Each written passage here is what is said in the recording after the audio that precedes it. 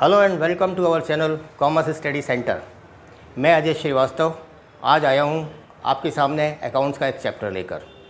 हम बात कर रहे हैं 11th क्लास की। तो 11th क्लास के स्टूडेंट्स तैयार हो जाइए अकाउंट्स पढ़ने के लिए। एक्चुअली आप लोगों ने जो कॉमर्स ली है उसका पर्पज़ ही ये है कि आप अकाउंट्स, टैक्सेशन, फाइनेंस पढ़ना चाहते हैं। दोस्तों होता क्या है कि जब अकाउंट्स पढ़ाया जाता है शुरू में 11th क्लास में, तो 3-4 चैप्टर ऐसे होते हैं जो थ्योरी के चैप्टर होते हैं, जिनको पढ़ने के बाद आपको समझ में नहीं आता कि यार ये अकाउंट्स में है क्या, इसमें क्या पढ़ाने वाले हैं, प्रैक्टिकली क्या होने वाला है। वो आपको समझ में आता है चैप्टर 5 में जाकर, तब थोड़ी आपको समझ में आती है अकाउंट्स कैसी है। तो इसलिए शुरू के जो चैप्टर हैं इनको अपन करते हैं बाद में और हम सीधे आते हैं 5th चैप्टर में। अब आप कहेंगे कि सर ये 1st, 2nd, 3rd, 4th तो पढ़ाया नहीं आपने, 5th हमारी कैसे समझ में आएगा। मेरा आपसे प्रॉमिस है कि 5th चैप्टर जब हम शुरू करेंगे तभी आपको अकाउंट समझ में आएगा, उससे पहले भी नहीं आएगा और उसके बाद तो आ ही नहीं सकता अगर आपने ये चैप्टर नहीं पढ़ा है तो। इसके अलावा एक चीज़ और मैं आपको बता दूं, जो 12th क्लास के स्टूडेंट इस साल 12th में आए हैं, है ना, 11th पास करके, और उन्होंने किसी तरीके से अगर 11th का ये चैप्टर पढ़ नहीं पाए हैं तो उनके लिए भी ये बड़ा यूज़फुल है, क्योंकि 12th में इसकी बहुत ज़रूरत पड़ती है। तो आइए शुरू करते हैं अकाउंट्स का 5th चैप्टर, जर्नल।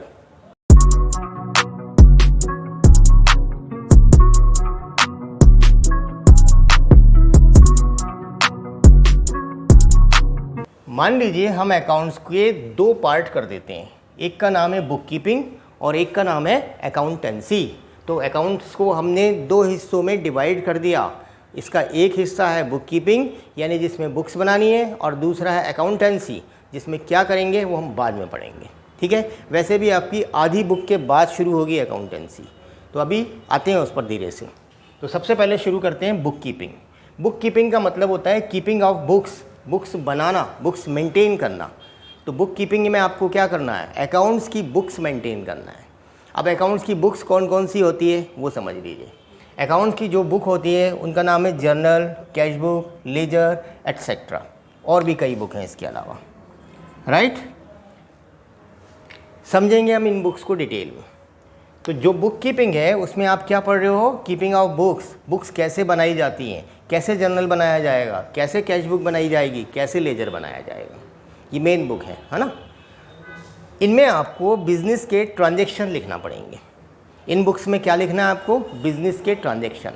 बिजनेस के ट्रांजैक्शन क्या होते हैं, जैसे सेल हो रही है, परचेज़ हो रही है, कोई एक्सपेंसेस हो रहा है, कोई इनकम हो रही है, आप किसी को पेमेंट कर रहे हो, किसी से पेमेंट रिसीव कर रहे हो, तो ये सारे ट्रांजैक्शन बिज़नेस में होते हैं। इन्हीं को बिज़नेस का ट्रांजैक्शन बोले जाते हैं। लेकिन हमें इन ट्रांजैक्शन में से सिर्फ वो ट्रांजैक्शन लेना है जिनका मनी मेजरमेंट है, जिसको पैसे में नापा जा सकता है। ठीक है, ऐसे कोई ट्रांजैक्शन आपको नहीं लेना इन बुक्स में जिनका मनी मेजरमेंट नहीं हो, जिनको पैसे में नहीं नापा जा सकता। तो आपको सिर्फ और सिर्फ वही ट्रांजैक्शन कंसीडर करना है इन बुक्स में जिनका मनी मेजरमेंट हो, राइट। आप कहेंगे सर ऐसे कौन से ट्रांजैक्शन है जिनका मनी मेजरमेंट नहीं होगा। अभी तो आपने जितने एग्जांपल बताए उनमें सब में मनी मेजरमेंट था, सेल्स में भी था, परचेज में भी था, एक्सपेंसेस में भी था, इनकम में भी था, है ना। किसी को पैसा दे रहे हैं, किसी को ले रहे हैं, उसमें भी था। फिर मनी मेजरमेंट किस में नहीं है, मनी मेजरमेंट नहीं है इस तरीके के ट्रांजैक्शन में। जैसे आपके यहाँ कोई बहुत अच्छा मैनेजर काम करता था, जब वो काम करता था तो आपकी कंपनी ग्रो कर रही थी ना, सारा स्टाफ अच्छे से काम कर रहा था और आउटपुट बहुत अच्छा निकल रहा था। अब वो मैनेजर अगर छोड़ कर चला जाता है ना, तो उसकी वजह से आपको कुछ ना कुछ परेशानियाँ होंगी, दिक्कत होंगी, लॉस भी होंगे। लेकिन इसका कोई मनी मेजरमेंट नहीं किया जा सकता कि उस मैनेजर के जाने की वजह से क्या हुआ, कितना हुआ, कैसे हुआ, ये कोई मनी मेजरमेंट नहीं है। नंबर 1। नंबर 2, अगर आप बताएं कि आपके बिज़नेस में आपके पास जो प्रॉपर्टी है, जो एसेट्स है, वो लैंड है, वो कार है, वो प्लांट है, वो मशीनरी है, तो ये हमारे किसी काम की नहीं है। ये आप बताना पड़ेगा आपको कि आपके पास जो प्लांट है उसका मनी मेजरमेंट यानी वैल्यू कितनी है।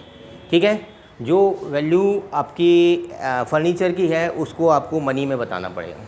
तो सारी एसेट, सारी लायबिलिटी आपको मनी में एक्सप्लेन करनी पड़ेगी, तभी हम उसे कंसीडर कर पाएंगे, राइट। चलिए, हमने मान लीजिए बुक्स में लिख भी लिए ये ट्रांजैक्शन, जो बिज़नेस के ट्रांजैक्शन थे और जो मनी मेजरमेंट रखते हैं, जिनका पैसे में मूल्यांकन होता है। तो क्या प्रॉब्लम है, लिख लेंगे? नहीं है एक प्रॉब्लम ये है कि जब इन ट्रांजेक्शन्स को आप इन बुक्स में लिखेंगे तो आपको पता नहीं है कैसे लिखना है ना। आप अपने हिसाब से लिख लेंगे, मैं अपने हिसाब से बुक बना लूँगा। कभी ज़रूरत पड़ेगी तो मेरी बुक आपकी समझ में नहीं आएगी, आपकी बुक मेरी समझ में नहीं आएगी, कन्फ्यूजन्स होंगे बहुत सारे। तो हम कोई ऐसा सिस्टम अडॉप्ट करना चाहते हैं कि जिस सिस्टम से हम बुक बनाएंगे तो वो सबकी समझ में आना चाहिए। तो ऐसा एक सिस्टम हमारे पास है, डबल एंट्री सिस्टम। ये जो डबल एंट्री सिस्टम है, इसमें क्या होता है कि हर ट्रांजेक्शन के दो एंट्रियाँ की जाती हैं। हर ट्रांजेक्शन की 2 एंट्री की जाएगी।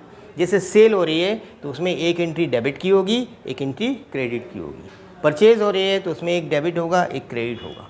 कोई भी ट्रांजेक्शन करें आप, एक्सपेंसेस, इनकम, कुछ भी, तो उसमें डबल एंट्री करनी पड़ेंगी आपको। और ये डबल एंट्री भी इस तरीके से होंगी कि all debit equal to all credit. मान लीजिए आपने डेबिट साइड में 3 एंट्रियाँ लिख दी और क्रेडिट साइड में 2 ही लिखी हैं, तो इस 3 का टोटल इस 2 के टोटल के बराबर होना चाहिए। तो ये हमारा डबल एंट्री सिस्टम है। अब आप बोलेंगे सर ये डबल एंट्री सिस्टम तो ठीक है, लेकिन ये डेबिट क्रेडिट कहाँ से समझ में आएगा? किसको डेबिट करना है, किसको क्रेडिट करना है, हमको कुछ नहीं मालूम। ये डेबिट और क्रेडिट कैसे किया जाएगा, इसके लिए हमारे पास 3 रूल हैं। इनको हम गोल्डन रूल कहते हैं ना। 3 रूल है हमारे पास। पहला रूल है डेबिट द रिसीवर। रिसीवर यानी पाने वाला, हिंदी में अगर देखें तो ये पाने वाला। और क्रेडिट द गिवर, गिवर यानी देने वाला। लेकिन बात तो समझ में आई नहीं अभी कुछ। आपको डेबिट करना है रिसीवर को। रिसीवर कौन है? जो रिसीव करता है।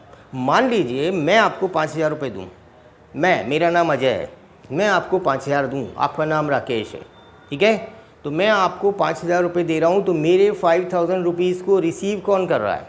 आप कर रहे हैं। तो मेरी बुक में आप रिसीवर हो गए। तो मैं आपके नाम को क्या करूँगा? डेबिट करूँगा, ठीक है? मैंने आपका नाम डेबिट कर दिया। अब चलें आपके बुक की तरफ। आपकी बुक में तो पैसा आ रहा है और वो देने वाला कौन है? वो मैं हूँ। तो आप मेरा नाम क्रेडिट करेंगे क्योंकि आपकी बुक में गिवर कौन है? मैं हूँ।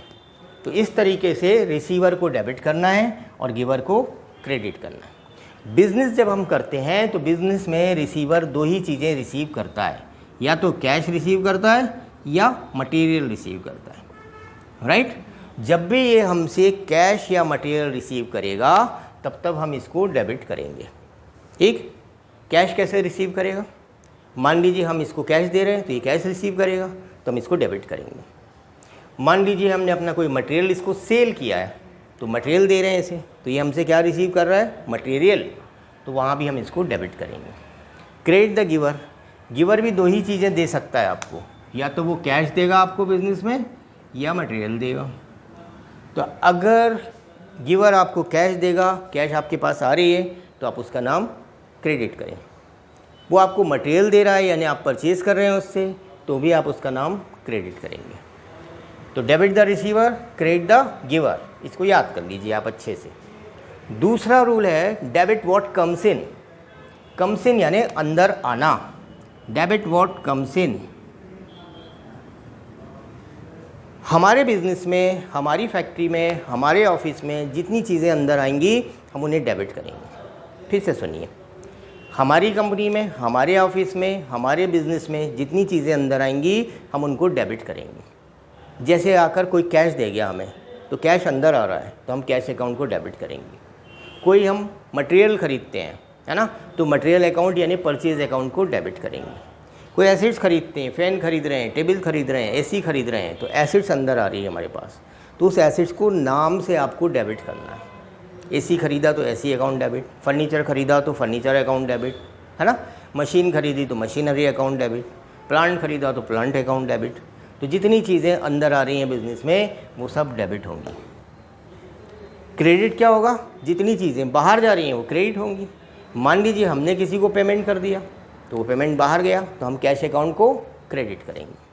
हमने किसी को मटेरियल सेल कर दिया तो मटेरियल बाहर गया, तो हम सेल्स अकाउंट को क्रेडिट करेंगे।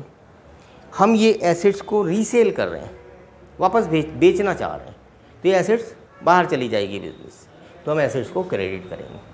तो जो कम्स इन हो रहा है उसे डेबिट करना है, जो गोज़ आउट हो रहा है उसे क्रेडिट करना है। तो इसी तरह से सेकंड रूल फॉलो करके आप डेबिट और क्रेडिट डिसाइड कर सकते हैं। अब आ जाएं थर्ड रूल पर। थर्ड रूल कहता है debit all expenses and losses. Expenses and losses, expenses यानी खर्चे और लॉसेस मतलब हानियाँ, नुकसान, ठीक है। इनकम्स मतलब आय और गेन मतलब लाभ। तो कहते हैं डेबिट ऑल एक्सपेंसेस, जितने भी एक्सपेंसेस हैं वो सब आपको डेबिट करना है। कौन सा एक्सपेंसेस? बिजनेस के एक्सपेंसेस। आपके पर्सनल एक्सपेंसेस यहाँ पर हम नहीं कंसीडर करेंगे। तो हमें क्या करना है? बिज़नेस के एक्सपेंसेस लेना है और उसको डेबिट करना है। बिज़नेस के एक्सपेंसेस कौन कौन से होते हैं? जैसे आप प्रिंटिंग कराते हैं, स्टेशनरी लेते हैं, ये बिज़नेस का एक्सपेंसेस है। कोई एडवर्टाइजमेंट का खर्चा करते हैं, किसी को सैलरी दे रहे हैं, किसी को वेजेस दे रहे हैं, है ना, इलेक्ट्रिसिटी का बिल पे कर रहे हैं, वाटर चार्जेस का बिल पे कर रहे हैं। तो बिज़नेस के जितने भी खर्चे होंगे वो सारे खर्चे डेबिट होंगे, सारे खर्चे डेबिट होंगे। इसके बाद लॉसेस। बिज़नेस में कई तरह के लॉसेस होते हैं, जैसे लॉस बाई फायर, चोरी हो गई, आग लग गई, उससे नुकसान हो गया। लॉस बाई थेफ्ट, चोरी हो गई, उससे नुकसान हो गया। लॉस बाई फ्लड, बाढ़ आ गई, सब मटेरियल ख़राब हो गया हमारा, तो वो लॉसेस भी सारे डेबिट होंगे। तो डेबिट क्या क्या होना है? Expenses and losses. Credit all incomes and gains, जितनी भी इनकम है वो सारी क्रेडिट होंगी। सेल्स के अलावा आपको क्या लग रही है इनकम? जैसे इंटरेस्ट रिसीव हो रहा है, आपकी इनकम है। डिस्काउंट रिसीव हो रहा है, आपकी इनकम है। रेंट रिसीव हो रहा है, आपकी इनकम है। कमीशन रिसीव हो रहा है, आपकी इनकम है। डिविडेंड रिसीव हो रहा है, आपकी इनकम है ना। कोई रिपेयरिंग चार्जेस अगर आप लेते हैं तो वो आपकी इनकम है। तो सारी इनकम को क्रेडिट करना है। फिर आता है गेन्स। जैसे लॉसेस वैसे ही गेन्स।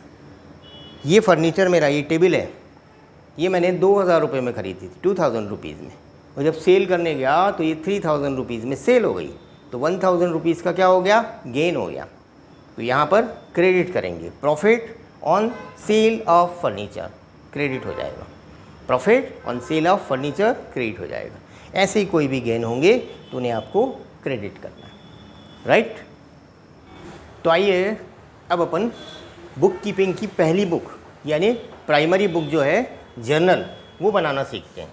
जर्नल में ये कॉलम होते हैं। पहला कॉलम होता है डेट का, दूसरा पर्टिकुलर्स, तीसरा LF लेजर का फोलियो नंबर, पेज नंबर, और फिर डेबिट अमाउंट और क्रेडिट अमाउंट यहाँ लिखना है आपको, ठीक। ये जर्नल होता है किसी जिसका भी होगा वो लिख दो, जर्नल ऑफ एक्स लिमिटेड, ठीक। एक्स लिमिटेड का जर्नल है ये।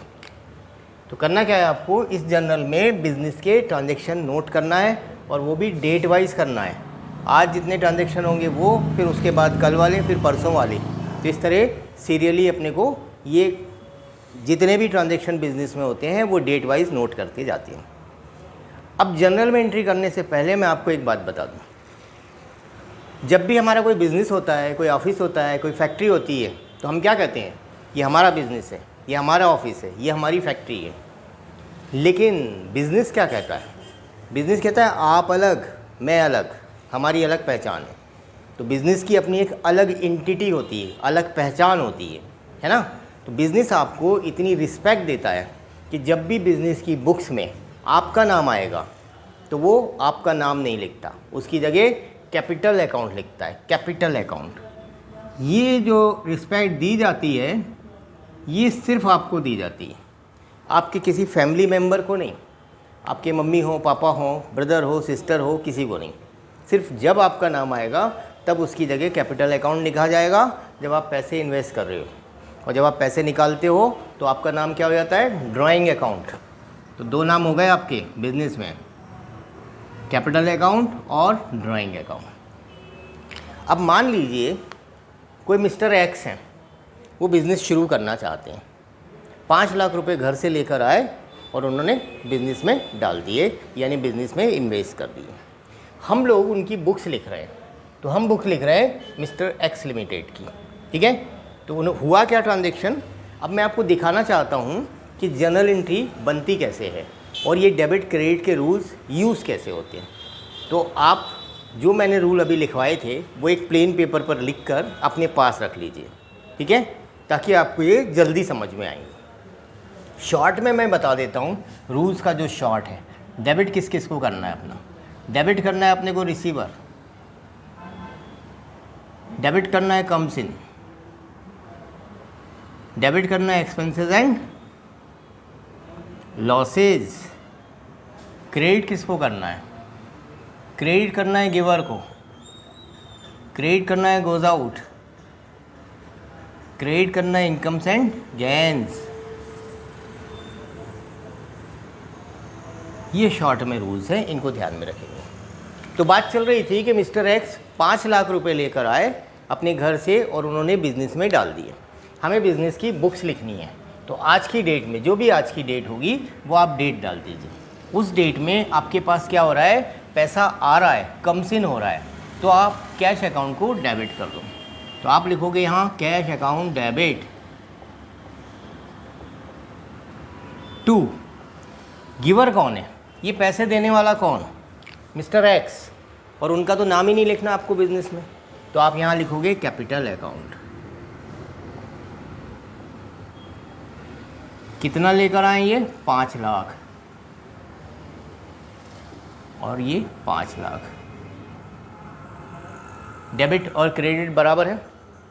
कैश अकाउंट को डेबिट क्यों किया? क्योंकि कैश कम्स इन हो रहा है।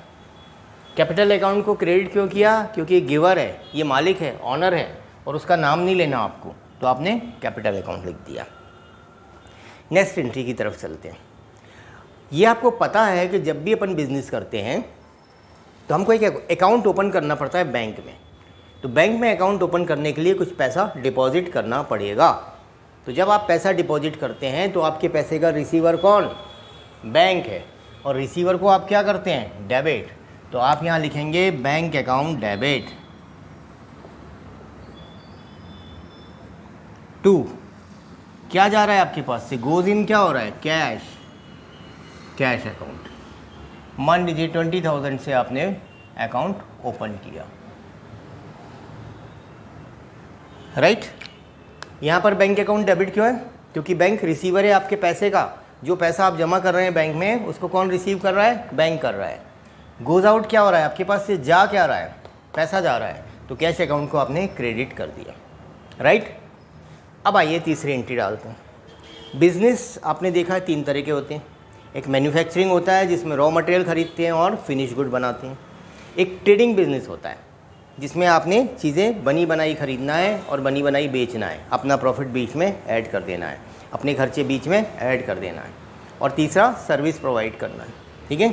तो अपन ट्रेडिंग बिजनेस कर रहे हैं, माल खरीदेंगे और माल बेचेंगे।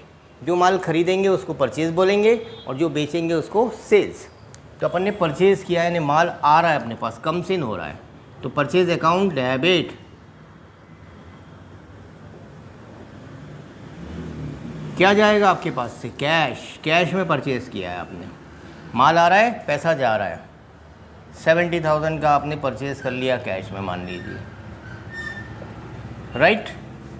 और एक बार परचेज़ किया आपने, ये देखा आपने परचेज़ अकाउंट डेबिट। क्यों डेबिट किया? कम्स इन हो रहा है। टू ए, है ना, टू ए। किससे खरीदा आप? ए से खरीदा, यानी क्रेडिट परचेज कर रहे हैं अब आप, माल को उधारी में खरीद रहे हैं। किससे? ए से। तो गिवर कौन है हमारा? ए। परचेज अकाउंट डेबिट क्यों है? क्योंकि ये कम्स इन हो रहा है, आ रहा है ना। तो हमने यहाँ 80,000 का मटेरियल परचेज कर लिया, ये 80,000। नीचे वाला इस तरफ, ऊपर वाला इधर डेबिट में, ठीक। चलिए, इतना समझ में आ गया आपके? आगे बढ़ते हैं। मैं ये ऊपर की एंट्रीज मिटा देता हूँ।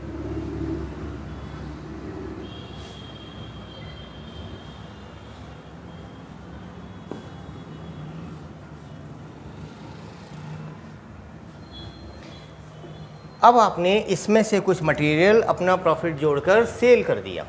तो सेल में ट्रांजैक्शन क्या होता है? पैसा आता है और आने वाले पैसे को अपन डेबिट करते हैं। टू, मटेरियल जा रहा है, जाने वाले मटेरियल को सेल्स बोलते हैं और उसे क्रेडिट करते हैं। मान लीजिए आपने 50,000 का मटेरियल सेल कर दिया, तो 50,000 रुपये आपके पास आ रहा है और मटेरियल जा रहा है। फिर आपने कोई बी को सेल कर दिया, टू सेल्स 60,000। बी को मटेरियल दे रहे हैं, बी क्या है, बी रिसीव कर रहा है आपका मटेरियल, तो ये रिसीवर हो गया, रिसीवर को आपने डेबिट कर दिया और माल जा रहा है तो उसको सेल कर दिया, तो ये आपकी क्रेडिट सेल हो गई, है ना। ये कैश सेल हो गई, ये क्रेडिट सेल हो गई, ये कैश परचेज हो गई, ये क्रेडिट परचेज हो गई, ठीक है। अब क्या हुआ कि जिससे आपने परचेज़ किया था ए से, वो आपसे पैसे मांग रहा है कि भाई हमारा टाइम पूरा हो गया, हमें पेमेंट करिए। तो आप पेमेंट किसे कर रहे हैं, ए को कर रहे हैं, तो आपको ए को पेमेंट देना है, तो आपके पेमेंट का रिसीवर कौन, ए, तो आपने लिखा ए डेबिट टू जो भी उसका पेमेंट था 80,000, है ना। कहाँ से जा रहा है आपके पास, कैश में से जा रहा है, कैश अकाउंट में से। ये 80,000 का आपने पेमेंट कर दिया ए को, राइट। चलिए इसको भी मिटा देता हूँ मैं।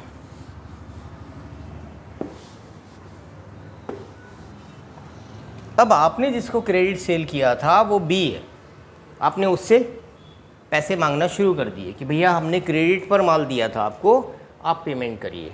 अब बी पेमेंट कर रहा है तो आपके पास क्या हो रहा है, पेमेंट रिसीव हो रहा है ना, तो कैश आ रहा है, आने वाले कैश को कहते हैं कम्स इन, है ना, कैश कम्स इन हो रहा है 60,000। गिवर कौन, बी, तो बी आपको दे रहा है 60,000, ठीक है। तो आप देख रहे हैं जनरल एंट्री के डेबिट क्रेडिट को अपन फॉलो कर रहे हैं और ऐसी जनरल एंट्री हमारी बनती चली जा रही है। चलिए कुछ और जनरल एंट्री करते हैं।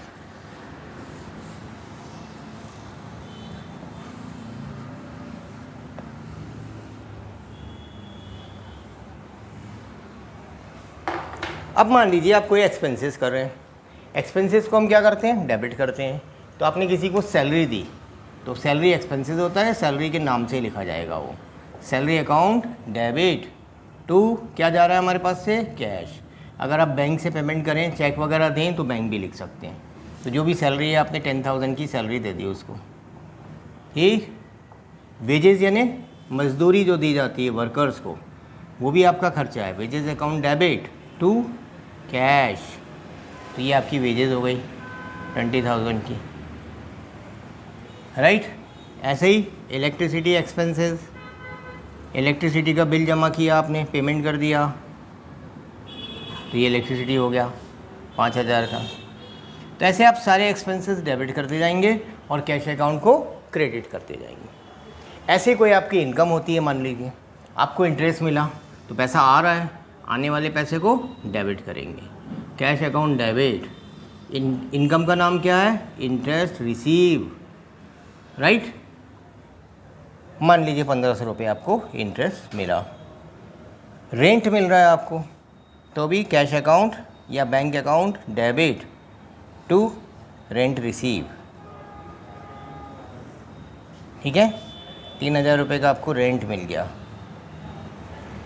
तो इस तरीके से आप जनरल एंट्रियाँ करेंगे, ठीक है, और रूल्स को फॉलो करेंगे। तो ये 3 गोल्डन रूल आप याद कर लें, इनको कैसे यूज़ करना है, एग्जाम्पल दिए रहते हैं आपकी बुक में, उनको देखें और इनको समझने की कोशिश करें।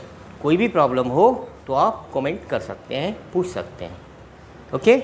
तो इस तरह देखा आपने कि हमने 5th चैप्टर पढ़ा, जनरल कैसे बनाया जाता है, ये बुक कीपिंग कैसे की जाती है, ये आपने कुछ समझने की कोशिश की। अकाउंट्स की प्राइमरी बुक कहलाती है जनरल, जिसको बनाना आपने सीख लिया है, आप इसकी प्रैक्टिस करिए। कल हम और इसके आगे एक बुक तैयार करेंगे, कैश बुक बनाना आपको सिखाएंगे ना। ये आपको टॉपिक समझ में आया हो, अच्छी तरह से लगा हो, पूरी तरह आप समझ गए हो, तो इसको लाइक करिए, शेयर करिए, और कोई भी आपकी प्रॉब्लम है तो कमेंट कीजिए और बेल आइकॉन ज़रूर दबाइए ताकि आपको ये वीडियो टाइम टू टाइम मिलते रहें। Thank you very much.